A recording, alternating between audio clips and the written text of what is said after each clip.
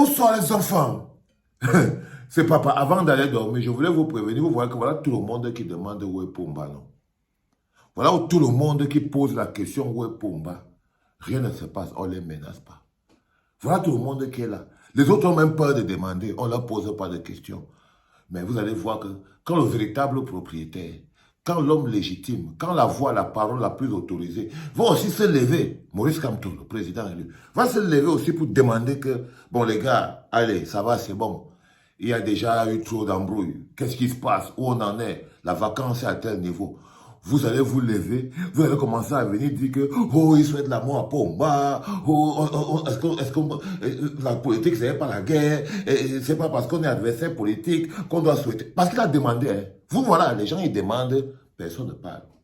Ça ne pose aucun problème à quelqu'un. Bon, on va. Attends, Angie, peut-être, il avait dit que celui qui va encore prononcer que où est Pumba, il va se retrouver à la 11e province. Mais je vous dis que si Maurice Kamto, lui, il demande où est Pumba, le lendemain, on va aller mettre le cordon de sécurité autour de sa maison. On va aller mettre le cordon de sécurité autour de sa maison. Parce que toute parole qu'on dit a la valeur que la personne qui dit, qui dit cette parole a. Ça veut dire qu'une parole n'a de la valeur que la personne qui la prononce. La personne qui la prononce, vous voilà, tout le monde parle. Personne ne dit rien parce que ça n'a pas de valeur.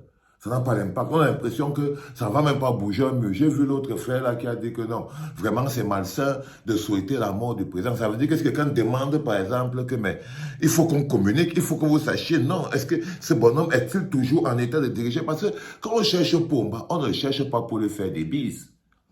On ne le cherche pas pour lui faire des bises. On ne le cherche pas pour lui faire des câlins. On le cherche pour voir s'il est encore en état de diriger le pays. C'est pas pour demander s'il respire. Politiquement, quand on cherche Pumba, on ne le cherche pas pour savoir s'il se porte bien.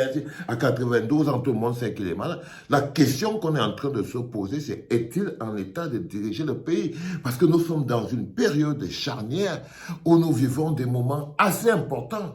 Donc, politiquement, quand on demande que où est Pumba, on n'est pas en train de demander où sont ses os, où sont ses pieds, sa tête, son corps, sa viande. C'est vrai que sa localisation géographique est importante, mais non, ce qu'on est en train de poser comme question fondamentale, c'est est-il encore en état de diriger? C'est ça qu'il faut démontrer.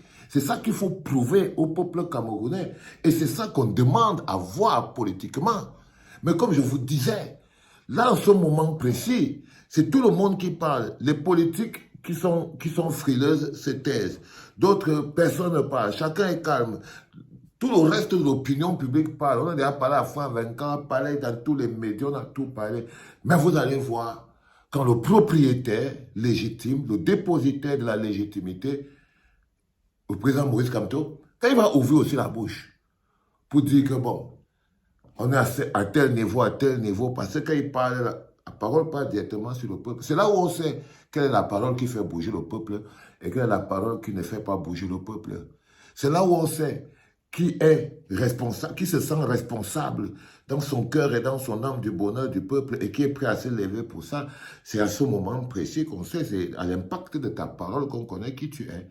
C'est l'effet de ta parole sur ton environnement. C'est là où on connaît qui tu es. C'est le pouvoir, le boom que ta parole fait dans un environnement. C'est ça qui fait qu'on connaît qui tu es. Et là, je vous dis, je voulais vous expliquer ça, que bientôt, quand le président élu Maurice Kamto, il va aussi ouvrir la bouche sur ce sujet. Il va ouvrir la bouche sur la question claire de savoir où est Pumba. Est-il encore en état de diriger? Parce que c'est la question que tout le monde fuit. Vous nous tournez autour de où est Pumba, ce n'est pas la vraie question. La vraie question, ce n'est pas où est Pumba. La vraie question, c'est est-il encore en état de diriger? Et chaque dirigeant, c'est l'inquiétude qu'il a. L'inquiétude des autres, c'est pas de savoir s'il est en bonne santé. Lorsqu'il s'il est en bonne santé, c'est pour lui et sa famille. Mais concernant le pays, c'est est-il encore en état de diriger? A-t-il encore les facultés? Et là, c'est une question qui, même si seulement les éléments qu'on a nous prouvent que non, c'est pas possible. Du coup, il faut encore maintenant avoir le courage de poser sur la table la suite.